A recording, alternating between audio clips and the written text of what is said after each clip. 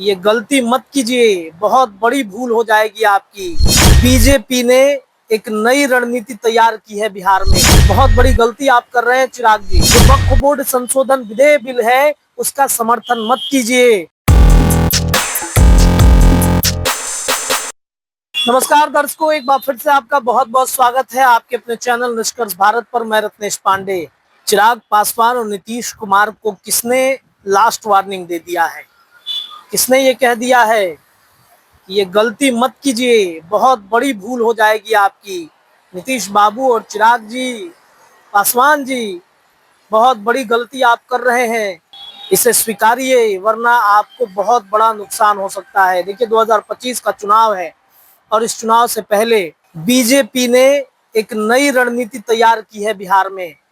और ये रणनीति बिहार बीजेपी नहीं, दिल्ली का लॉबी काम कर रहा है। मैं बार बार इस बात को कह रहा हूं कि दिल्ली का लॉबी एक्टिव है बिहार की राजनीति के लिए।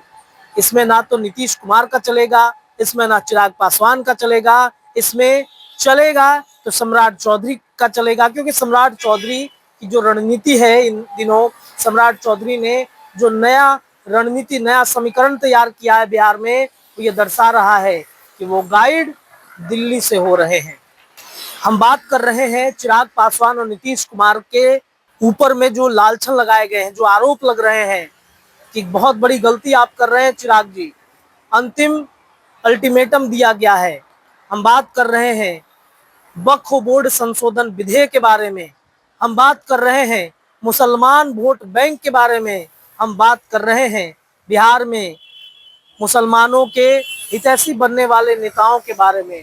नीतीश कुमार मुसलमानों के बारे में, अल्पसंख्यकों के वोट बैंक के बारे में कितनी सारी बातें कहते हैं, कितनी सारी कहानियां वो बताते हैं।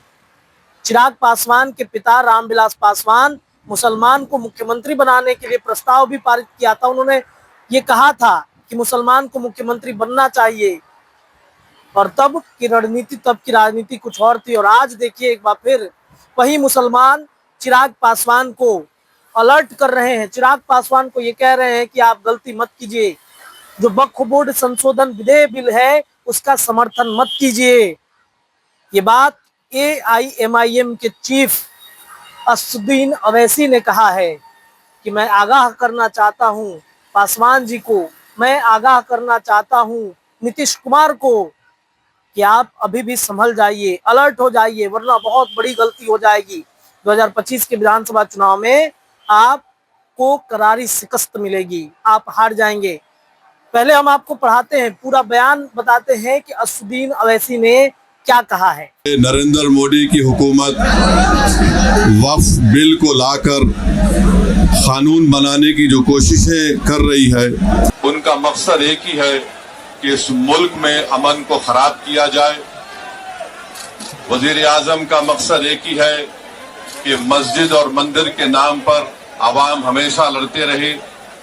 और उस बिल का मकसद ये नहीं है कि वक्फ की जायदादों को मजबूत किया जाए या उनकी हिफाजत की जाए।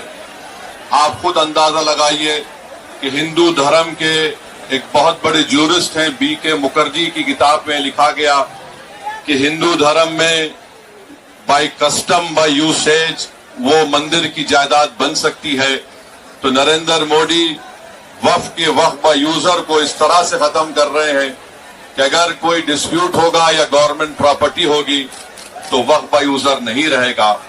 दिल्ली में 123 वक्फ की जायदादें हैं जिस पर दिल्ली हुकूमत का दावा यह है, मरकजी हुकूमत का, कि ये गवर्नमेंट की प्रॉपर्टी है। कलेक्टर को इख्तियार देने का मतलब यही है कि कलेक्टर हुकूमत के हक में फैसला देगा। जिस मस्जिद के इमाम हमारे भाई मौलाना मोहिबुल्लाह नदवी साहब हैं, वहां पर मरकजी हुकूमत कहती है कि वो गवर्नमेंट की प्रॉपर्टी है। अगर कल खुदा ना खास्ता ये कानून बनेगा तो कोई भी जाकर मरकजी हुकूमत की तरफ से, दिल्ली सरकार की तरफ से वहां पर एक नोटिस लगा देगा कि ये वक्फ की प्रॉपर्टी नहीं है। नरेंद्र मोदी आजकल भारत के हमारे फजीलतुल शेख बने हुए हैं और ये बता रहे हैं कि अगर कोई मुसलमान होता है तो उसको 5 साल तक वो वक्फ को नहीं दे सकता है। ये कहां से इनको मालूम हुआ? कौन से फिक्र ये की किताब में लिखा गया?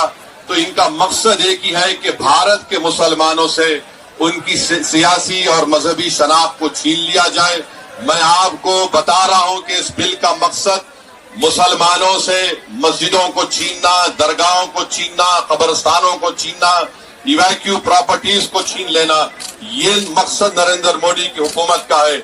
और हम कॉशन कर रहे हैं चंद्रबाबू नायडू को, हमारे पासवान साहब को और नीतीश कुमार को, याद रखिए दुनिया जब तक कायम रहेगी, अगर आप इस वक्त नाजुक वक्त में इस बिल की तायीद करेंगे तो आपको मुसलमान कभी नहीं माफ करेगा, क्योंकि आपकी तायीद की वजह से ये बिल कानून बनेगा।